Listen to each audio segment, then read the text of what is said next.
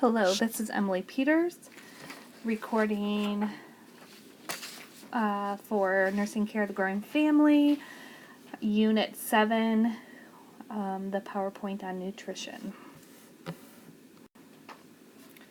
So we need to identify some factors that predispose infants and to the development of nutritional disturbances.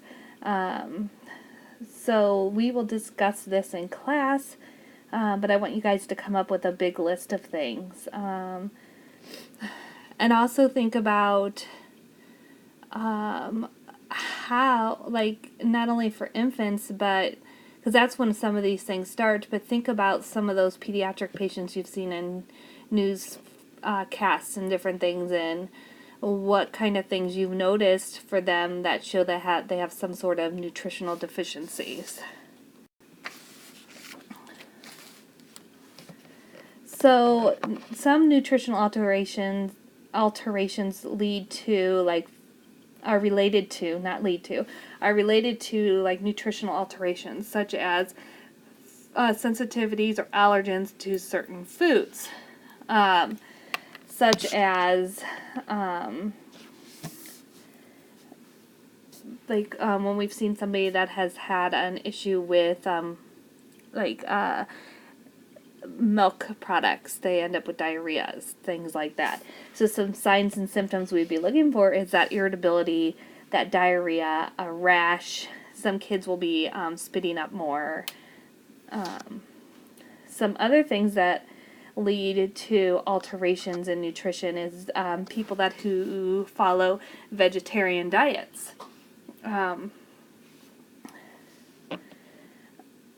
That could lead to some vitamin deficiencies, protein deficiencies, things like that, depending on what kind of foods they are eating in their diets. So vitamin deficiencies are common in other countries, not as much here in the United States. One of the reasons for that is because of our foods are iron fortified. They're milks and breads and cereals end up having vitamin D added to it, or iron and different things. Vitamin D deficiencies can lead to impaired growth. They could have bone and teeth issues, bowing of the arms, such as the things you see for rickets. Other things that we add to our food is calcium, minerals, all sorts of other things.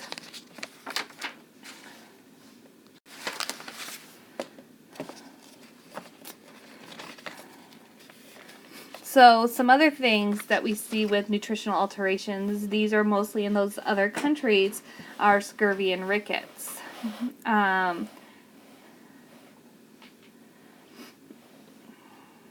What kind of things can we counsel parents with to help prevent some of these vitamin deficiencies, or even vitamin issues that lead to vitamin excesses? How do we tell if we're feeding our kiddos enough or too much? Okay. So scurvy is a deficiency in vitamin C. So these patients, we're going to see malaise, lethargy, the spots in the skin, similar to that picture in the upper right-hand corner, changes to the gums, so you can see how those gums are really inflamed.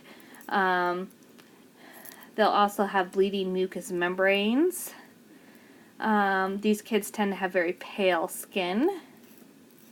Okay. Rickets is another huge vitamin deficiency we see in some children. And this is due to the lack of vitamin D, calcium, phosphate, or even those that don't get a lot of sunlight exposure. So signs and symptoms of this one would be bone pain or fractures of those bones, deformities in their dentation or their dental, so their teeth, impaired growth, muscle cramps, bowing of their legs like the two lower pictures. So what do we do to help treat rickets? We're going to give these kiddos calcium and phosphorus supplements and vitamin D supplements. We also may try to do some diet education and things, but unfortunately, depending on what country these are occurring in, they may not have the resources or the foods available to just alter their diet. So we may have to just do the supplements.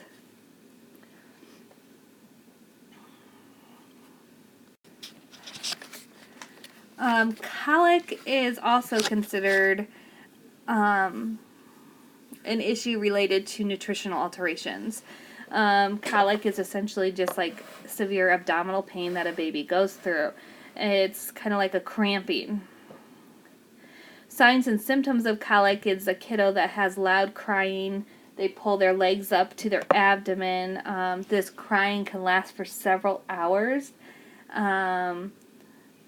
And at specific times of the day. So I'm talking about several hours, I'm talking like over 3 hours a day, multiple times a week, and a lot of the times, unfortunately, we see it in the evening period. These kids do gain weight and they thrive because they're getting fed and they're eating. However, this pain or this cramping that is caused in their stomach is just very frustrating for the baby and the parents. We don't actually know the cause of colic. There's lots of speculations out there. We also believe it's multifaceted. So overfeeding or feeding these kiddos too fast. Maybe if they're having a milk allergy, could it be how we position them when we're feeding them? Or maybe we're not burping them enough. Could it be the type of bottle they're using and they're getting in too much air? Stress related to the parents. And there's also some wonder if it's due to the central nervous system being immature. So what do we do if we don't know all the causes? Well, we'll try to rule out some things. So, for instance, one of the things they check a lot is related to the milk allergies. So we'll change the milk. So we'll go to like a soy diet, a soy-based formula, or we'll have moms eliminate any dairy products from their diet so it doesn't go through the breast milk, and see if that helps. Some other things we sometimes do is antispasmodics, anti-flatulence, adjust their diets and see if there's something they're eating that's causing them irritability or something mom's eating in her diet. And is it crossing over in the breast milk?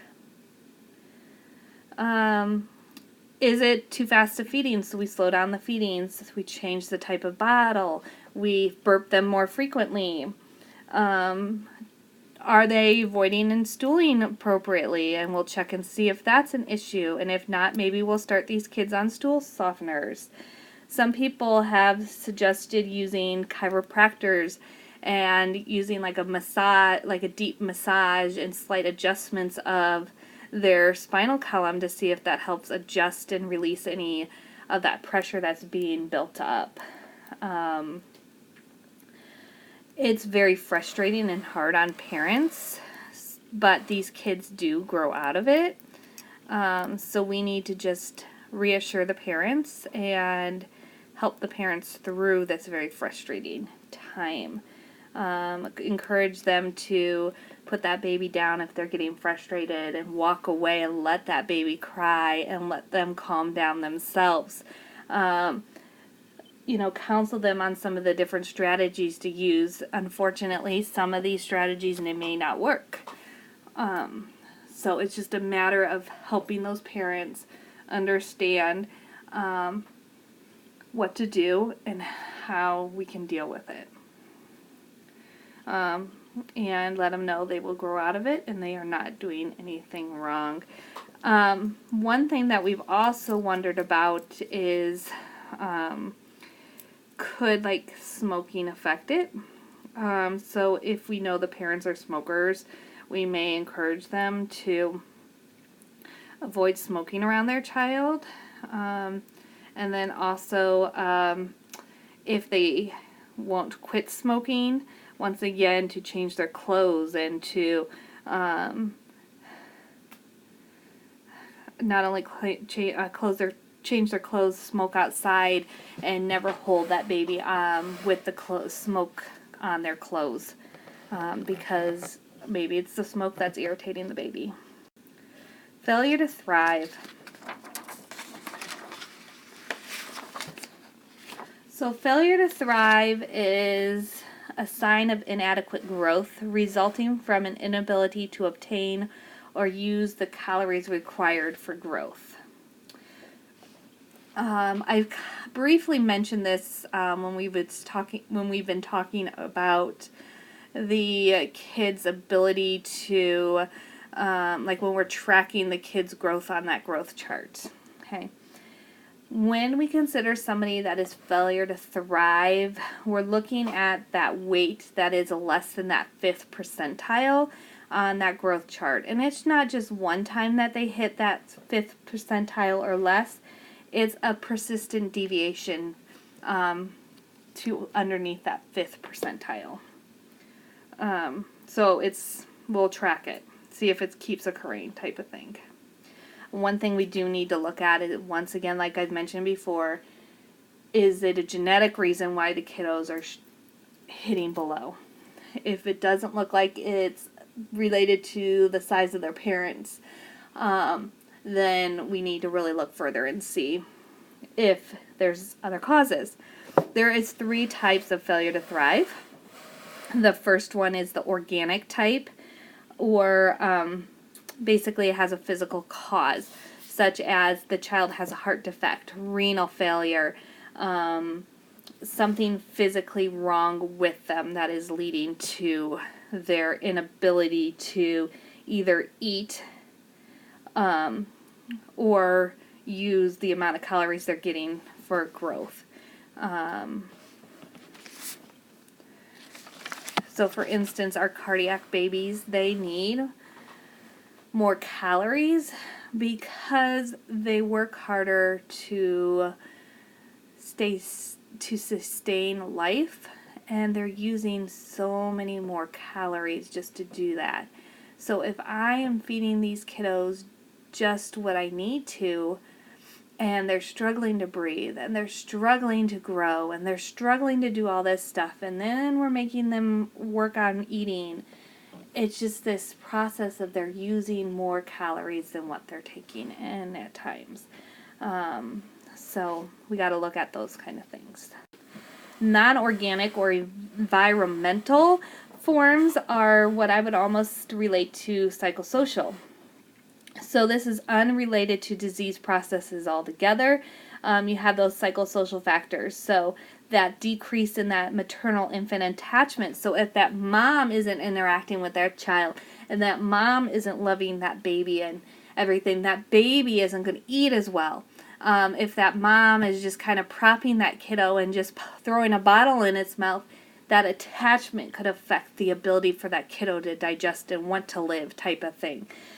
They're not going to eat as much. It also can relate to that parent that isn't offering the nutrition that kiddo needs to survive. What could this be related to? This could be related to poverty. What can they afford? Those health and child rearing practices such as fad diets. Parents that are super obsessed with preventing obesity, so they start strict feeding schedules from day one. And they don't want their babies to have the little fat rolls and the things that they need, so they're not feeding them as much. Or they're keeping it on a very strict schedule, and therefore they're not eating as often as they should. Culturally, there's some inadequate knowledge of what people need. And then you also have that family stress factor. Is there another kiddo that's chronically ill? Is the family going through a divorce or some major issue that way? Depressed parents, depressed children, job issues, inability to pay their bills, all these things can contribute to are they able to provide for their kiddo, or what they're able to provide for their kids, is it healthy enough for those kiddos? And then the idiopathic, we have no explanation of why this kiddo isn't thriving. We'll rule out the non-organic or environmental factors, and then we also will be able to rule out all physical factors. And for some reason, everything we are doing is just not working, and these kids are not growing. What do we do? It's hard to say. Some kiddos will end up with G-tubes. Some kids will end up with parental nutrition through like an IV. So getting CVN, NVN, some sort of electrolytes in an IV, and maybe even lipids, which would be a fat product through their IV. So how do we know if a kiddo has a nutritional alteration? We got to assess. So how do we assess that? We look at height and weight, our accurate intakes and outputs, so that record of all intake that kiddo is doing. What's that parent-child interaction? What kind of things are we looking for when we are assessing these kids? Skin turgor to moist mucous membranes, to what their legs look like. Is there bowing? Are they having lots of fractures? Do they have poor dentation? Okay. When we are dealing with kids with nutritional alterations, it's not just the nurses, it's not just a nutritionist. We need to get everybody involved. Psych nursing, social workers, the doctors, like I said, nutritionists, a lot of people. We'll even use speech therapists, because speech therapists can help us initially with the babies who are having trouble sucking and swallowing. Okay. Some of the things we'll do for interventions are looking at the environment that kids are eating at. If it's a crazy, wild, stressful environment, that kid's not going to eat.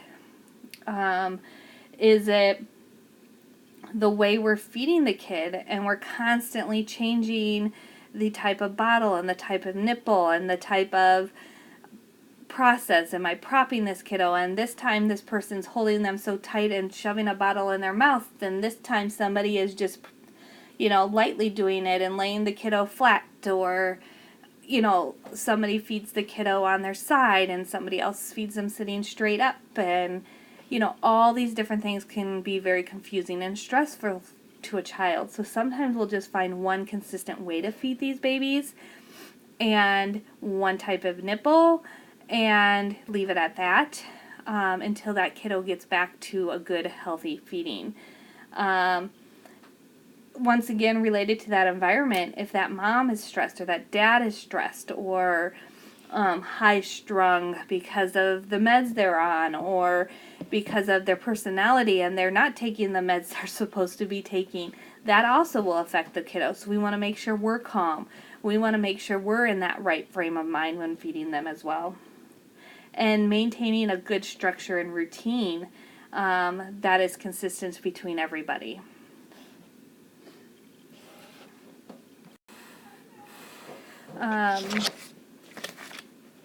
You should have the answers to these on your PowerPoint. So I am not going to spend time with these questions.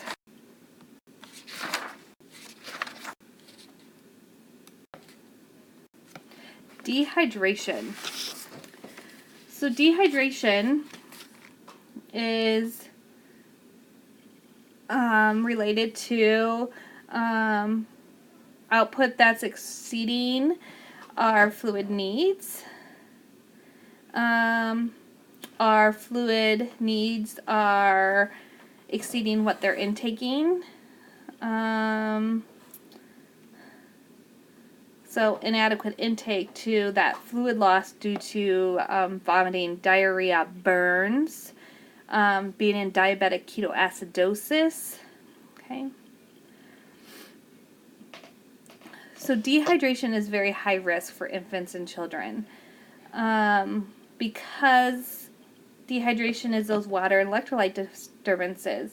And when we have water and electrolyte disturbance in these kiddos, it has a much more rapid onset, and they don't adjust to all these alterations quickly. It's a slower adjustment for their body. Kids have less reserve, therefore less response. Kiddos also have a lot more extracellular fluid than intracellular fluid, meaning I have more fluid on the outside of my cells versus the inside of my cells. So this makes them at higher risk for insensible fluid loss. Also due to the fact that they have bigger body surface areas compared to their size. They lose a lot of their fluid through 2/3 of their skin, and 2/3 of it through their skin and 1/3 of it through their respiratory tract. These kids also have higher BMRs, or beta metabolic rates. So if you have a high BMR, you're having an increase in oxygen consumption. You're also having an increase in waste products that are being excreted by those kidneys. Our kidneys are immature, right? So they're not going to be excreting waste products as well. We also have the inability, especially in our infants, and it's still somewhat immature in our kiddos as they're growing, is their ability to concentrate and dilute their urine.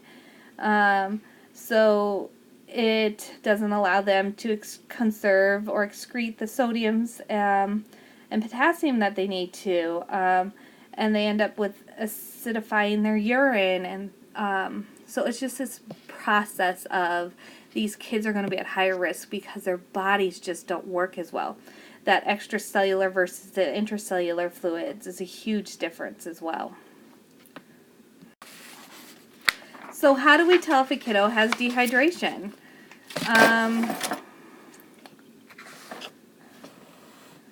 What did you learn in health assessment? We do skin turgor, right? Weight is a good indicator, okay? It's one of the top indicators because, once again, their urine we can't rely on because they're not concentrating it the same as an adult. So that's huge. So we do end up relying on their weight more. So we can look at their level of consciousness. Are they irritable or lethargic? Once again, that's skin turgor. It's not as reliable in children, remember? But we also want to make sure where we're checking it. Sometimes we check in that abdominal area, or we'll check kind of up there near the clavicles. Look at that cap refill. Is that kiddo's tachycardic? What's that fontanelle like? Is it depressed? Look at their eyes. Are their eyes sunken in? Those mucous membranes. Are they dry? Am I having cracking on my tongue? So having those furrows. Thirst is not reliable in infants and older adults because they cannot tell us when we're thirsty. Okay. Normal urine output in children is 1 to 2 milliliters per kilogram per hour. Okay. So normal urine output in children is 1 to 2 milliliters per kilogram per hour. In the adults, it's 30 milliliters per hour. Remember, in kids, we go by body weight. So 1 to 2 milliliters per kilogram per hour. Some of our early symptoms are those decreased tears, that dry mucous membranes, decreased urine output, and decrease in the amount of diapers we're changing or the amount of time we're taking those kiddos to the bathroom. Disorders of motility. So we have diarrhea. You have acute and chronic. Acute diarrhea is the diarrhea that lasts shorter than 14 days. Causes of acute diarrhea would be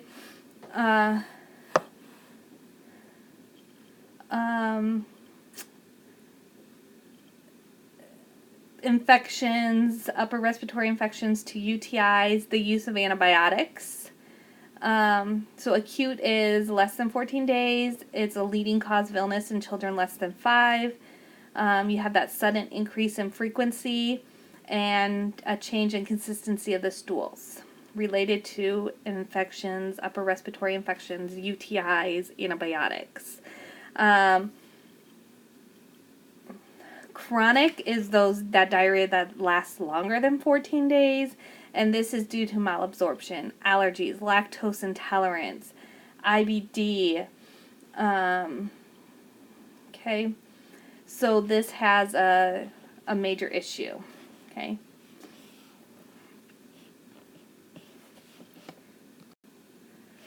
So, etiology of diarrhea.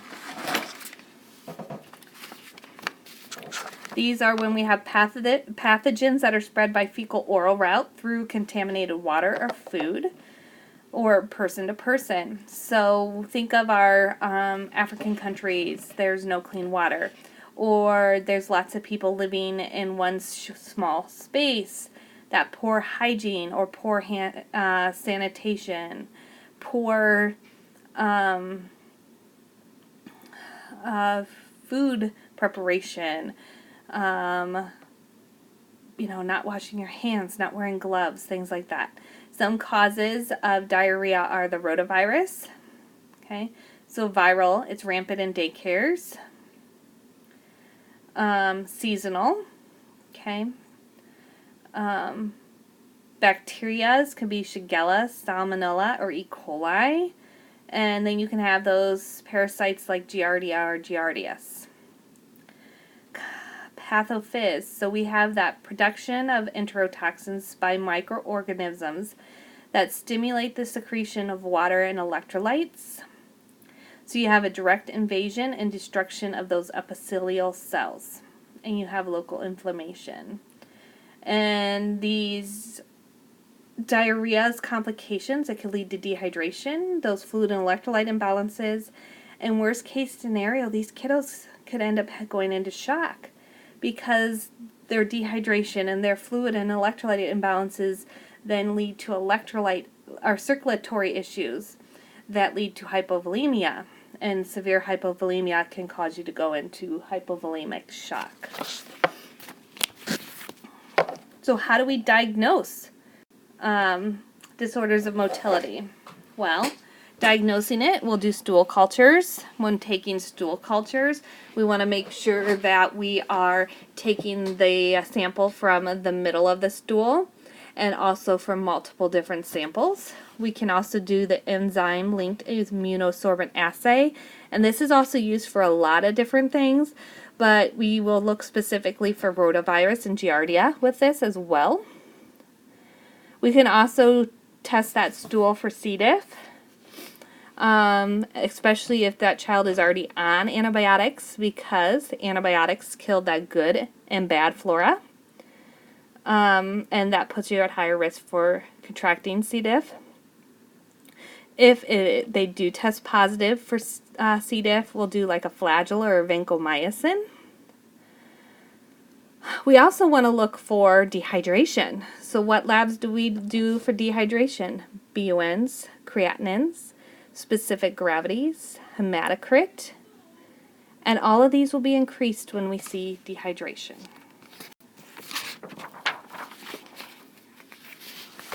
So what do we do to treat it? Well, assessing for fluid and electrolyte imbalances. So we want to prevent and detect early, because the faster we detect it, the faster we can reverse things. And then we're going to do some rehydration. And we're going to do some sort of oral rehydration therapy, such as Pedialyte. If we're not able to do it orally, then we may have to do some IV fluids therapy. And then slowly reintroduce adequate diets. So what is oral rehydration therapy? Oral rehydration therapy is an oral solution that is high in electrolytes. So the best recommendation for this is Pedialyte. It's more effective, it's safer, it's less painful than doing IVs, and less costly, and these parents can do it at home. So this is our first line of defense. When giving these oral rehydration products, it helps to increase the reabsorption of water and sodium, and therefore then decreasing vomiting, decreasing volume loss from the diarrhea, and decreases the duration of the illness. And then we need to prevent the diarrhea. So good hand hygiene, good cleaning supplies, and cleaning our areas, cleaning and washing our hands between touching certain food products and touching other ones, such as chicken to veggies. So that food preparation, there's all sorts of things, that we can do. Well, covering our coughs, washing our hands, just, keeping vegetables in one cutting board and meats on another, and then cleaning our cutting boards after each use. Things like that as well. And that'll really help with the diarrhea. So we have gastroesophageal reflux. So we have with GER, we have a transfer of gastric contents into the esophagus. And this also can lead to failure to thrive, because that kiddo, that gastric secretions is going up into that esophagus, and that kiddo is not going to want to eat, and they're going to be vomiting up some of their food.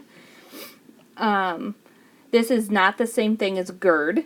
GERD is damage that occurs due to the result of gastroesophageal reflux. So what causes GER or GER? A lot of the times you have a dysfunction of that lower esophageal sphincter. And then you can have a delay in gastric emptying. Okay? And then that sphincter relaxes and allows for that stuff to be pushed back up through the esophagus.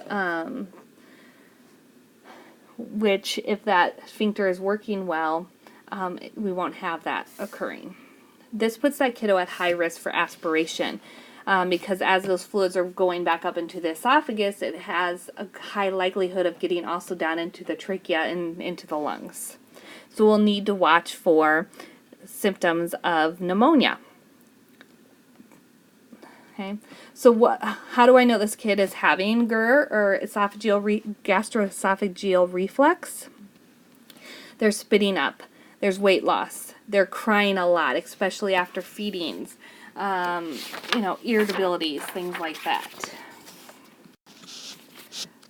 Management varies, and that really depends on the severity of their reflux.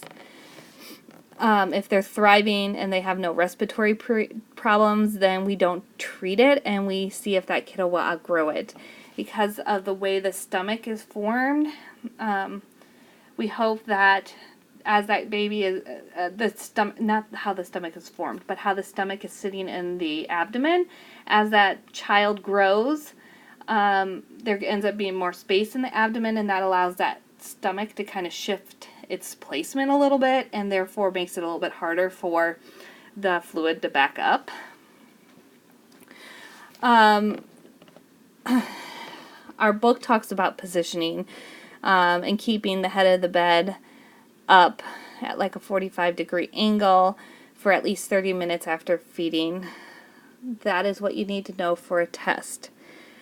However, research out there over the last 2 years have been proving that that doesn't even help. And in fact, the only thing that helps is to keep that child at a 90-degree angle for like an hour.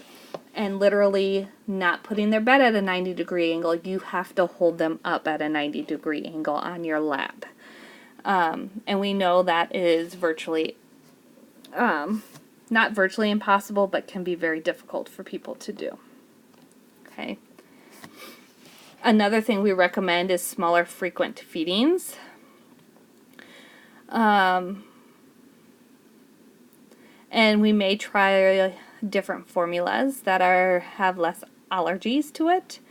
They may even start H2 antagonists like Tegament or Zantac and Pepcid. Gastric pump inhibitors like omeprazole or Prilosec. Worst case scenario, we may do surgery. And you can kind of see that picture of the stomach. That is the surgery. It's called a Nissen fundoplication. So what we're doing is we're taking the fundus and wrapping it behind the esophagus. And essentially what we're doing is we're changing the position of the stomach, but also kind of closing off around that esophagus. And hopefully we won't have as much of that sphincter opening up and allowing that gastric content to get back up into the esophagus. Once again, this Nissen fundoplication is only done with severe complications such as that failure to thrive, the recurrent aspiration of fluid, which leads to pneumonia. Okay. With a lot of these kids as well, and they have other abnormalities, we'll end up putting a G-tube in the kiddo, and it's going to be down below the issue for a while. And this will allow for more growth and also allow for the fluids to be lower in the stomach and hopefully not back up as much. And then also by doing the fluids by a G-tube, hopefully we won't have as much failure to thrive. Hypertrophic pyloric stenosis is an obstructive disorder where we have that circular muscle of the pylorus, which is at the bottom of the stomach into the small intestine, that is thick and causes a narrowing of the pyloric outlet between the stomach and the duodenum. It can obstruct and not allow for any outlet. This can lead to, the obstruction can be due to edema or inflammation. It could just be severely narrowed and we're only having a little bit of flow. Okay. This will develop within a few weeks of life. And so we will see issues soon after birth. Okay. It's more common in boys, more common in firstborn babies, and full-term infants. There's some question about a genetic link because we have seen siblings and offspring also having the issue.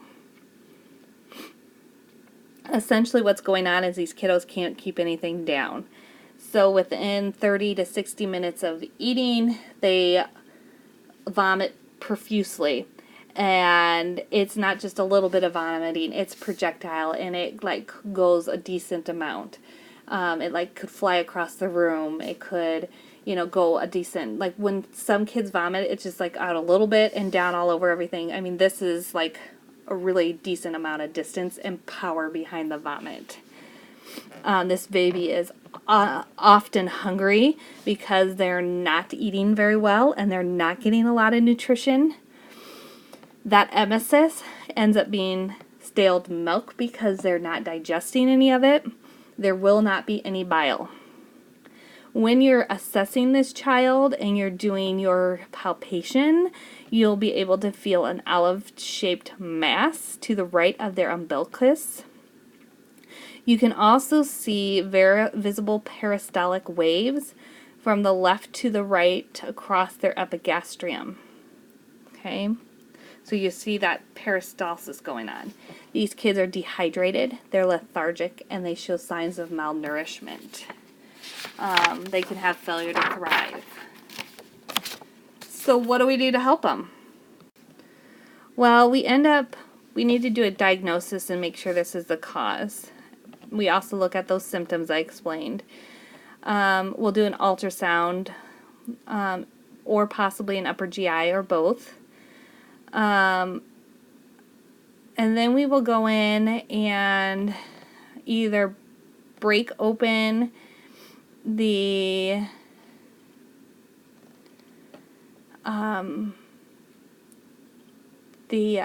narrowing, or we will cut it out and reconnect. We can also do the pyloromyotomy, which is a right upper quadrant incision. And basically what they're doing is they're going in and they're widening the narrowing, and sometimes they'll put in extra like tissue through there and open it up. Sometimes they will, just get in there and scope it out and push it open, things like that.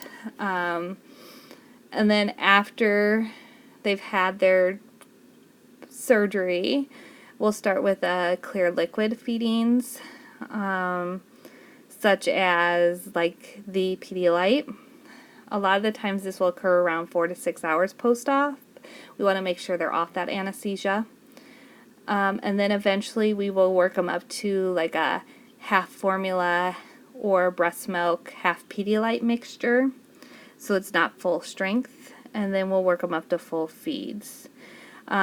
Typically it could take a couple days, like 2 days to 48 hours before they're up to full feeds. Some kiddos will go pretty fast with it. I've seen some be up to full feeds within 12 hours. We also just don't want to make sure we're not pushing them too much. Once again, this is typically done within the first few months after birth because we're going to see this within 4 to 10 weeks. Babies are also at high risk for oral candidus, or the yeast infection on their tongues. So we have white plaques on the mucosa, gums, and tongue. It's very irritating. It's very painful. When you see the tongue, if babies will sometimes have a coating over it anyways, but then when you go to touch it and rub it off, it won't come off, and that would be the candidus.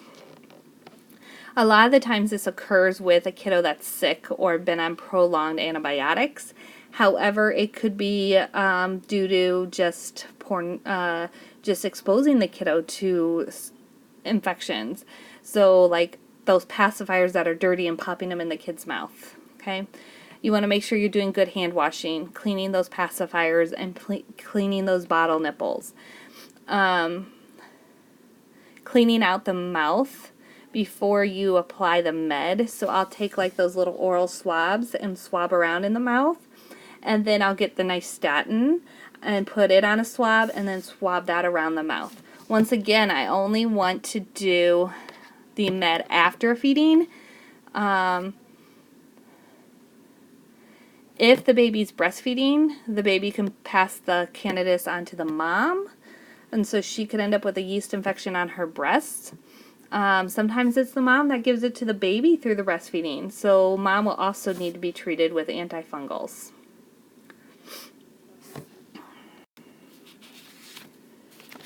All right, obesity, which we know is a chronic issue today.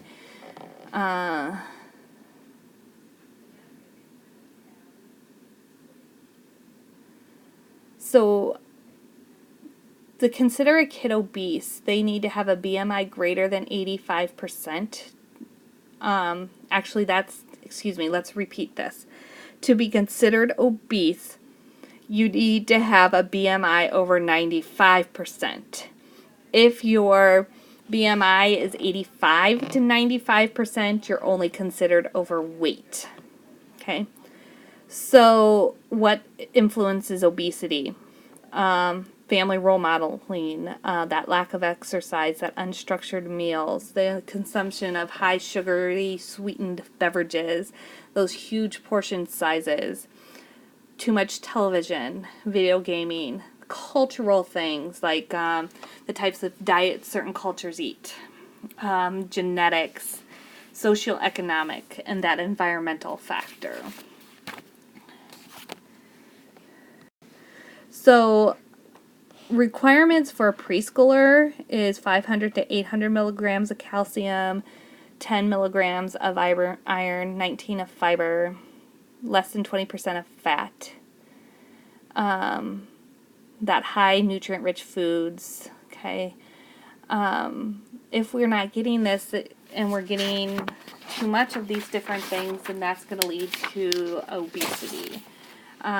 So what could be a problem with obesity? Well, being obese or overweight, these kids, as we know, could could be at high risk for hypertension, hyperlipidemia, and insulin resistance.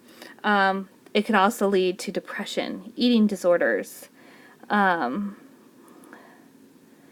exercise intolerance. We're seeing sleep apnea in these kiddos, gallstones, type 2 diabetics in childhood, flat feet, changes in their bone structure, polycystic ovarian syndrome, early onset puberty, all sorts of things. So it's not just the fact that this kiddo is overweight, but it could lead to all these other issues. Oh shoot, I didn't fix this slide. I apologize. This is for the average school age kid, and their weight should be 20 to 35 kilograms. They should only take 70 calories per kilogram, so roughly 1,400 to 2,100 calories a day.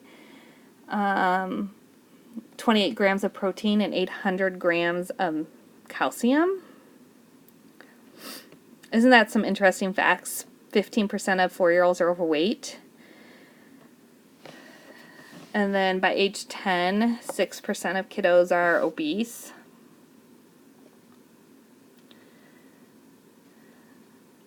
Some interesting statistics, isn't it? So, what influences a kid's diet? Peer pressure, those busy schedules. We talked about that a little bit last week, a couple weeks ago, right? They're getting up really early. They're running to some sort of sports program. Then they need to eat a quick breakfast, or they don't eat breakfast. And if they do, they run through McDonald's, Hardee's, whatever, the gas station. And then they go to school. And then some of the food we're eating at school isn't healthy. Then we're running off to some sports event. And we need to eat something quick, so what are we doing? We're running through a fast food joint. And then we're back home, we're studying late, and we're snacking and eating all sorts of stuff. Or, like this kiddo on the computer, he's sitting at his desk, eating at his desk, just eating quick food, not sitting down to meals as a family, and not picking those very healthy food choices. So when we're doing that nutritional assessment in our patients, we need to find out what they're eating. Talk about the different food groups and how much we need to be eating. Get a good assessment of how often they're eating those fast foods, what kind of snacks they're eating, and how often during the week. And then this will help us guide on those better choices and ways to help them have fast, healthy snacks for when they're running all over the place. And we can educate them on better food choices. We are starting to have to do this with our younger kiddos and who's making their food choices, their parents. So we're going to have to start educating, if we haven't already, is doing really good education with our parents as well. Unfortunately, some of the problems is the healthy foods are more expensive than the unhealthy foods. And that's where, some of these socioeconomic things come into play, and these people can't afford good food. So we need to help them figure out places that they can maybe go to get healthy food. And honestly, I don't know how some of the food banks, if they have a lot of the good food either. So, we're going from that My Food pyramid, which I have right here, and it's what's in the book, to myplate.org, or myplate.gov. Essentially, they're similar, but it's more teaching that portion size and looking at a plate and filling in what we need. So it's focusing on our fruits and veggies and the types, and then also telling you how much oils and grains and things to do, and fitting it on your plate that way versus saying you need 10 ounces, 3.5 cups. It's kind of dividing your plate up, and over half of your plate should be fruits and veggies, and then the grains, and then a low protein. Okay.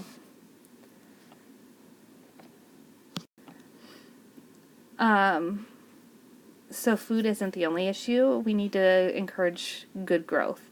So figuring out ways to get sports and physical fitness into the kids' lives. If they don't like sports, what kind of things can they do from home that's doing physical fitness, like yoga, to jump roping, riding bikes, things like that. Encouraging kids to be involved in those school activities. However, we know gym and those things are occurring less and less at school. There's safety issues regarding why kids don't go to the playground or why they don't,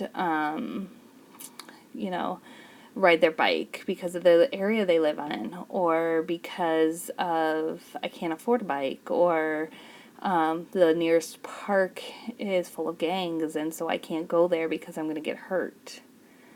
That education on nutrition and healthy eating habits, but also key is making sure they know how much sleep a kid's supposed to get, because if you're not sleeping well, that also is going to affect the obesity.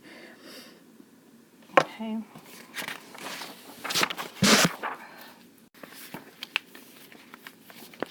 You should have these answers.